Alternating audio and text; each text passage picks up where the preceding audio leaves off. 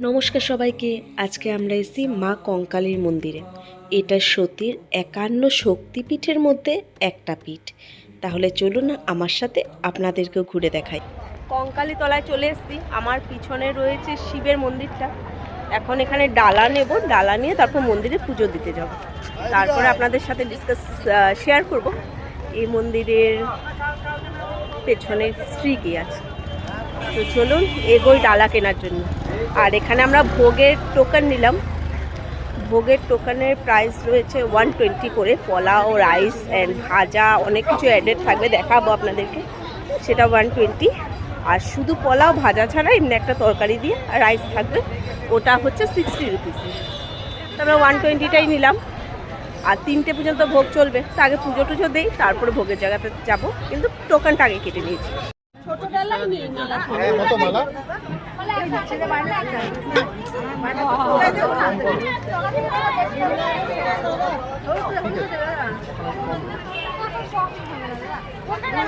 যেটা নেওয়ার নেই।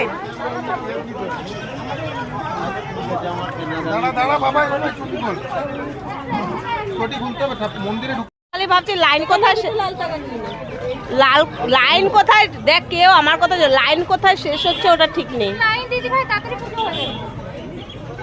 মার যে দর্শন করব সেখানে লাইন পড়েছে, আর লাইন যে কোথায় গিয়ে শেষ হচ্ছে সেই শেষটা এখন আমি দূর থেকে দেখতে পাচ্ছি না।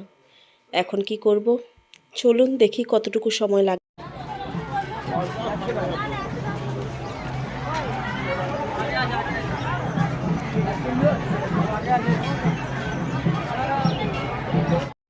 চলুন আমাদের সাথে আপনারাও কঙ্কালী মার দর্শন করুন। এর লাইন দেখুন, কোথায় লাইন।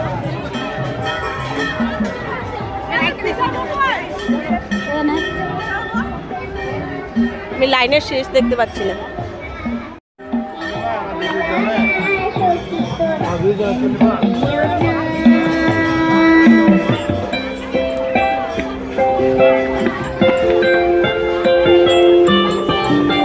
কঙ্কালী মা কালীর মন্দির, এই নামটাতেই আছে সব কিছু। বলা হয় যে সতীর 51 পীঠের মধ্যে একটা, যেখানে মায়ের কঙ্কালটা পড়া হয়েছে, স্কেলিটন যাকে বলা হয়। তার জন্যেই এই মন্দিরটার নাম কঙ্কালী। এইখানে মা কালীকে পূজা হয়। আর এইখানে জানেন তো, মন্দিরের ভেতরে সে ক্লে বলুন বা পিতল, তামা, পাথরের কিছুর মূর্তি নেই। আছে একটা ফটো ফ্রেমে বাঁধানো কালী ঠাকুর।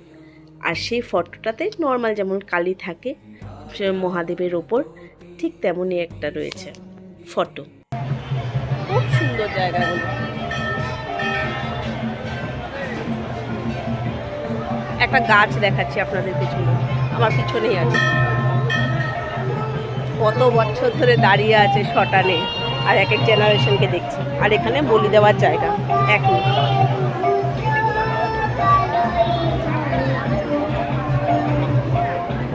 বলি প্রথা, স্যাক্রিফাইস মায়ের জন্য। হায়রে ভাগ্য বলুন, যে বয়সটা ওর স্কুলে যাওয়ার, আজকে উইকডেসও রয়েছে। এখানে দাদা বা বাবা কেউ একজনের সাথে বসে বসে বাচ্চাটা গান করছে। মনটাও খারাপ হয়।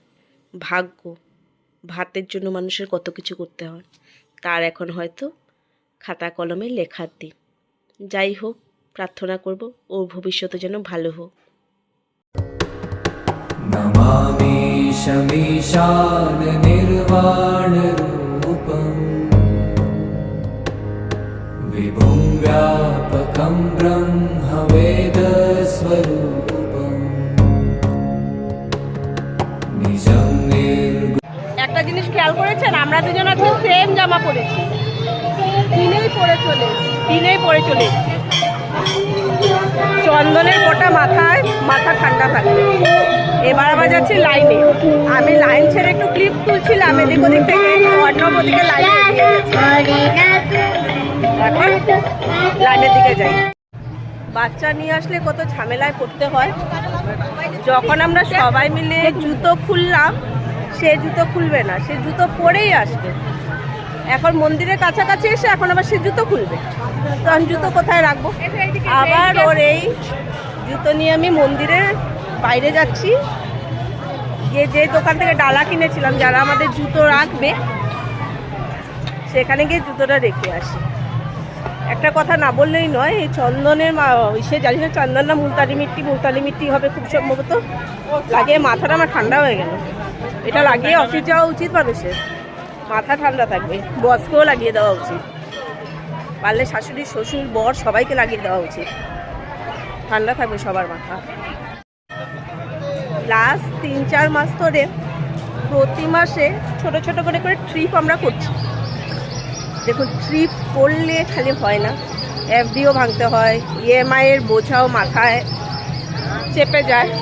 কিন্তু হ্যাঁ, এটা অবশ্যই বলবো, এই ট্রিপগুলো করে মাথা যা ঠান্ডা থাকছে, মোটিভেশন যা পাচ্ছি, সেগুলো কলকাতার রেস্টুরেন্টে খেয়ে পাচ্ছিলাম না। এই সোনা মা, আমার কাছে ক্যাশ নেই। অনেকটা কাছাকাছি চলে এলাম লাইনে, এখানে অনেক লম্বা লাইন, কিন্তু সময় বেশিক্ষণ লাগেনি, মানে পুজো দিতে বেশিক্ষণ সময় ওরা দেবে না, অন্য জ্বালা দিয়ে।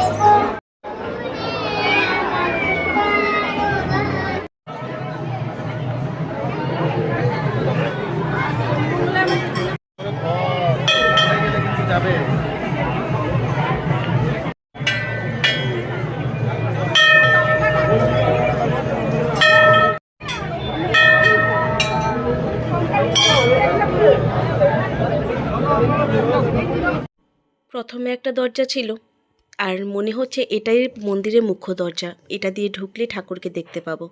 আর এই ফ্যানটা দেখে বোঝা যাচ্ছে গরম দিনে এখানে একটু দাঁড়িয়ে নিঃশ্বাস নেওয়া যাবে। যাই হোক, জনতার কথা ভেবেছে। আর ওইটা দেখুন, ওটা খুব সম্ভবত যজ্ঞের হবন কুণ্ড হবে। সামনে গিয়ে দেখতে হবে একবার এটা কি।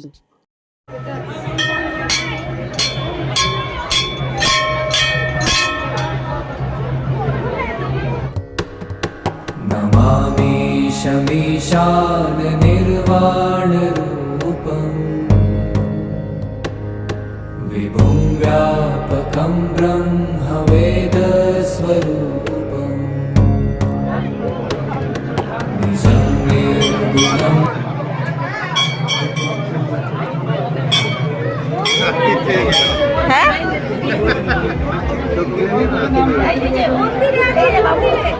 খুব ভালোভাবে ঠাকুরের কাছে প্রে করা হলো। এখন আসছি এই জলের কুণ্ডটার কাছে। কি সুন্দর দেখুন বাঁধানো, আর কাছে এখানে সবাই ধূপকাঠি মোমবাতি ওগুলো জ্বালাচ্ছে। আমি একটু নামবো, একটু জলটা ছোবো, কিন্তু হ্যাঁ, এই পুকুরটা একদমই সংরক্ষণ ভালো করে করা হয়নি।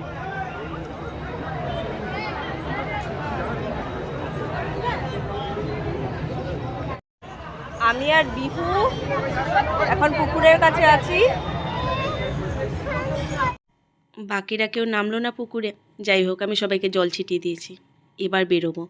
এবার তো ভোগের টোকেন কাটতে হবে আর খেতে হবে একটু ভালোভাবে। খুব জোরে খিদে পেয়েছে। সকালবেলা আমরা হোটেল থেকে একটু ব্রেকফাস্ট করে এসেছিলাম, কিন্তু কি বলবো, আর অনেকটা হাঁটা চলা হয়েছে, তো এবার খাবার মন ডাক। পুজো খুব ভালোভাবে হয়ে গেছে, এবার একটু জল খেতে ইচ্ছে করছে। খুঁজে খুঁজে জলের দোকান পাচ্ছি না, সব ডালার দোকান, জলের দোকান নেই। একটু জল খাবো। আমার পেছনে রয়েছে, এটা রয়েছে শিবের মন্দির। চলুন ভিতরটা এটারও দেখে আসি। বেশি কথা বলবেন একদম। কি খুলি সে করে খুলছিস তো?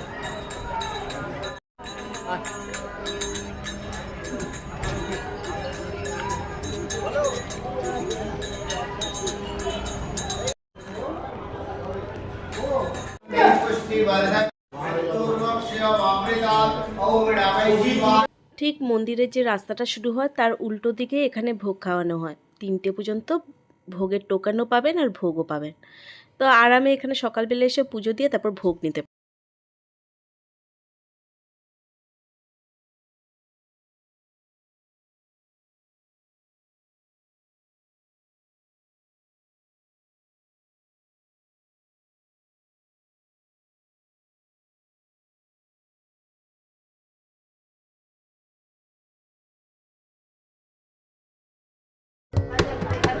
नमामि शमीशान निर्वाणरूपम् विभुं व्यापकं ब्रह्मवेदस्वरूपम् निजं निर्गुणं निर्विकल्पं निरीहम् चिदाकाशमाकाशवासं भजेऽहम्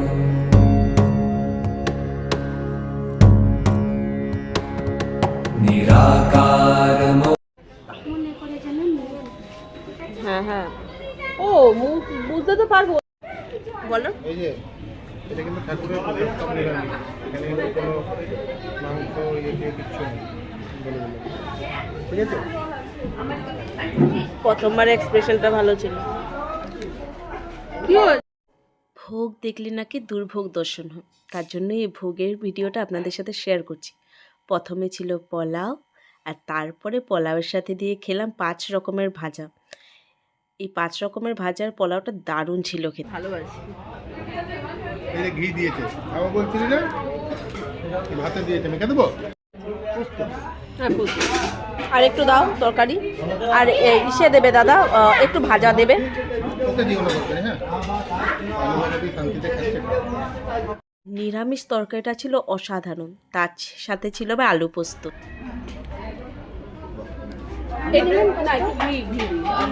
আমাকে সিম টিম বেচে দাও, ব্যাস আমাকে একটু দাও। হ্যাঁ সিম টিম বেচে দিও।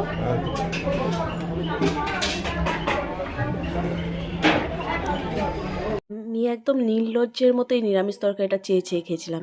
এটা অমৃত তুল্য ছিল, এত ভালো ছিল। কোটির পোস্ত খাওয়া শেষ হচ্ছে না। বাবার কিছু নেবে